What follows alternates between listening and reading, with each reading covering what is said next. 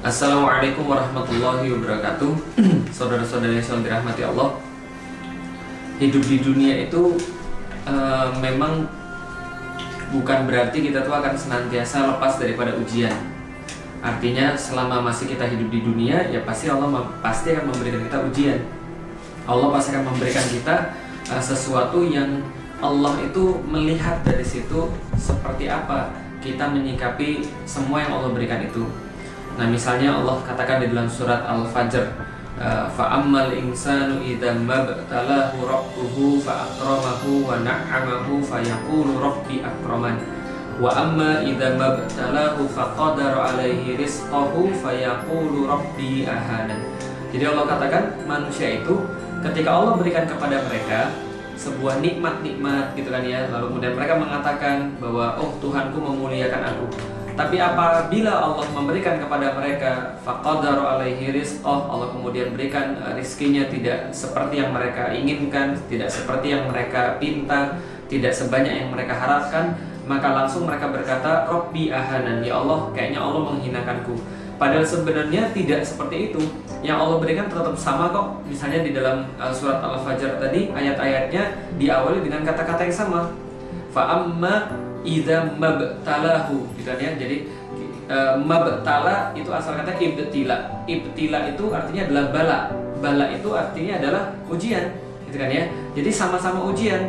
Kenikmatan menurut manusia itu adalah ujian, ketidaknikmatan menurut manusia juga adalah ujian. Maka setiap waktu kita pasti senantiasa akan diberikan oleh ujian demi ujian sampai nanti kita mati. Untuk apa? Menentukan kadar kita tuh seperti apa, nilai kita tuh seperti apa. Nah, kemampuan kita menyikapi ujian-ujian itulah yang kemudian membawa pahala atau membawa siksa bagi kita. Nah, artinya ketika seseorang itu hidup, mau jadi apa saja dia pasti dapat masalah, dia pasti dapat problem, dia pasti dapat ujian. Mau dia jadi orang baik, dia dapat ujian. Dia jadi orang jahat, dia juga diuji. Dia nggak baik, nggak jahat, lebih banyak lagi ujiannya. Lah, antum mau pilih yang mana? Antum mau jadi orang baik, ya dapat ujian. Antum jadi orang jahat, iya dapat ujian. Tapi bedanya apa?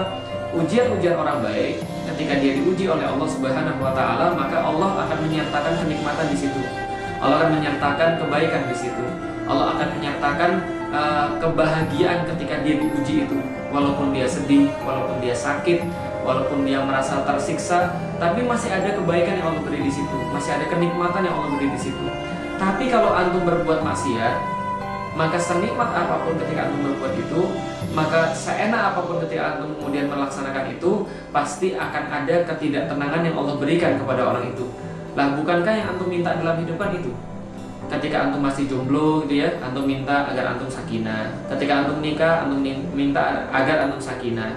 Antum baca ayat Allah gitu kan ya, bahwa apa namanya? Litaskunu ilaiha wa ja'ala bainakum mawaddatan wa rahmah. Tapi antum tahu nggak bahwa sebenarnya sakinah itu kan datangnya dari Allah, bukan dari yang lain. Sakinah itu tidak pernah datang dari manusia. Sakinah itu nggak pernah datang dari harta. Sakinah itu apalagi nggak mungkin datang dari popularitas. Tapi sakinah itu datangnya daripada Allah. Huwallazi anzala sakinatan fi qulubil mu'minin. Allah katakan bahwa Allah yang menurunkan sakinah pada orang-orang mukmin itu. Maka ketika kita tuh hidup di dunia pengen sakinah, pengen bahagia, pengen tenang, ya nggak ada jalan lain selain daripada jalan ketaatan itu. Dan jalan ketaatan ini bisa jadi nggak mudah. Lah, kenapa nggak mudah? Lah, Rasul aja nggak mudah, sahabat aja nggak mudah. Lalu terus masa kita mau mengharapkan kita lebih mudah daripada Rasul dan para sahabat? Ingat baik-baik bagaimana ketika Umar bin Khattab, ketika beliau memimpin negeri yang begitu hebat dan beliau dikenang sebagai seorang pemimpin yang begitu hebat, bagaimana reaksi beliau ketika beliau mendapatkan gonimah atau rampasan-rampasan perang daripada Persia dan Romawi ketika dibawakan ke depan dia. Kemudian banyaknya harta itu bertumpuk-tumpuk, sangat banyak sekali. Kemudian orang-orang memuji dia, Masya Allah, ini Amirul Mukminin Umar bin Khattab. Dia mendapatkan sesuatu yang tidak pernah didapatkan oleh orang-orang sebelumnya. Keren banget, hebat banget. Ketika itu terjadi, dia malah nangis. Nah, kenapa malah nangis? Lalu dia berkata sambil nangis itu, seandainya semua ini adalah baik, seperti yang kau katakan, seharusnya semua ini, pampasan perang ini, kekuasaan yang luas ini, semua yang kamu lihat, yang kamu bilang saya hebat ini, harusnya kalau ini adalah benar-benar hebat, ini harusnya didapatkan oleh dua orang yang lebih hebat daripada saya. Yaitu siapa? Abu Bakar dan juga Rasulullah Muhammad SAW. Artinya apa? Mereka nggak dapat itu. Berarti ini tidak hebat gitu maksudnya. Nah, ini adalah kesadaran sebagai seorang mukmin. Bagaimana dia betul-betul merasa bahwa dunia ini hanyalah tempat persinggahan belaka. Seandainya dunia ini tidak dapat menghantarkan dia kepada akhirat, lantas untuk apa? Nah, maka kemudian kita bisa belajar dari sini. Seandainya ini hebat, harusnya datang pada Rasul, harusnya datang pada Abu Bakar. Ternyata apa yang datang pada Abu Bakar? Apa yang datang pada Rasulullah? Masya Allah, kesederhanaan hidup. Gitu kan ya, bagaimana kemudian beliau senantiasa istiqomah pada ketaatan. Itu yang datang pada mereka. Yang itu nggak ada pada orang yang zaman sekarang. Apalagi mereka yang sudah tersibukkan oleh dunia, kemudian dijauhkan daripada taat. Maka beruntung antum-antum sekalian yang ketika Allah uji, ujian itu justru menjadikan antum taat. Antum memang mungkin nggak punya uang, tapi antum rajin ke masjid. Antum mungkin tidak terkenal, tapi antum kemudian mau untuk mengkaji Al-Quran, mau untuk menghafalkan Al-Quran. Antum mungkin gitu kan ya, orang yang kere, jelek gitu kan ya. Jadi Masya Allah, antum dikenal di langit, ditunggu oleh bidadari. Masya Allah, ujian-ujian yang Allah beri selama itu mendekatkan kita kepada Allah Subhanahu Wa Taala, maka itu adalah ujian yang sangat baik, ujian yang justru memberikan kita kebaikan. Tapi kalau seandainya dunia dibentangkan di hadapan antum, antum bisa ambil mana saja dunia itu bisa kemudian antum ambil gitu ya. Tapi itu semua menjauhkan antum daripada Allah, menjauhkan antum daripada orang-orang yang beriman, menjauhkan antum daripada orang-orang yang baik. Untuk apa?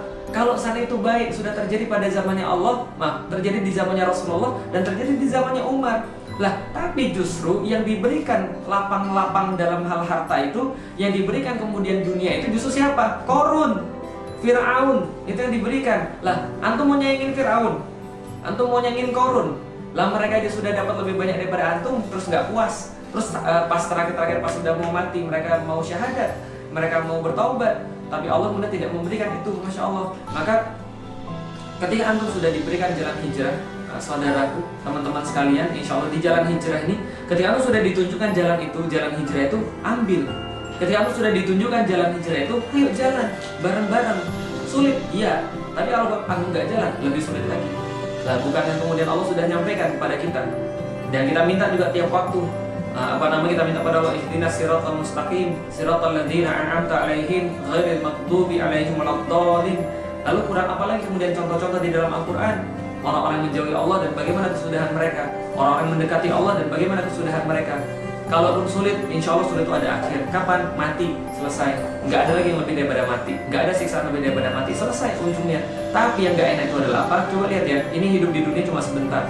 Disiksa di dunia, ada ujungnya mati. Tapi kalau seandainya kemudian kita di sini maksiat, itu ada matinya juga, ada ujungnya juga. Tapi nih, setelah matinya nggak terbatas ini. Lah, kalau seandainya dimuliakan nggak terbatas enak, kalau disiksa nggak terbatas, nah itu yang repot urusannya. Jadi bersabar sebentar, insya Allah jalan hijrah ini memang agak sulit, ya nggak apa-apa. Makanya antum dapat surga insya Allah dari Allah. Tapi kalau seandainya antum mengharapkan jalan yang mudah di dunia, enak, nikmat, senang, dunia dihamparkan pada antum seluas-luasnya, sehebat-hebatnya, tapi kemudian antum menjauhkan diri daripada Allah, antum dijauhkan daripada orang yang beriman, dijauhkan daripada ketaatan, untuk apa? Allah misal, semoga kita diistiqomahkan dalam jalan hijrah, jalan ketaatan, dan jalan hijrah ini memang bisa jadi tidak mudah. Tapi ingat, orang baik mati, orang jahat juga mati. Ya, lebih baik mati baik daripada mati jahat. Orang jahat dapat ujian, orang baik juga dapat ujian. Lebih baik kita diuji sekalian di dalam ketaatan. Allah misal, semoga saudara-saudaraku yang berada di jalan hijrah, yang sekarang lagi bimbang di jalan hijrah, bisa mendengarkan ini, bisa mengambil manfaat, dan insya Allah antum punya banyak saudara yang bisa mengingatkan antum dalam kebaikan. Dan antum tidak hanya punya banyak saudara di dunia, antum punya Allah yang insya Allah bisa kemudian mengantarkan antum ke jalan-jalan kenikmatan sebagaimana orang-orang zaman dahulu. Wallahualam bishawab. Assalamualaikum warahmatullahi wabarakatuh.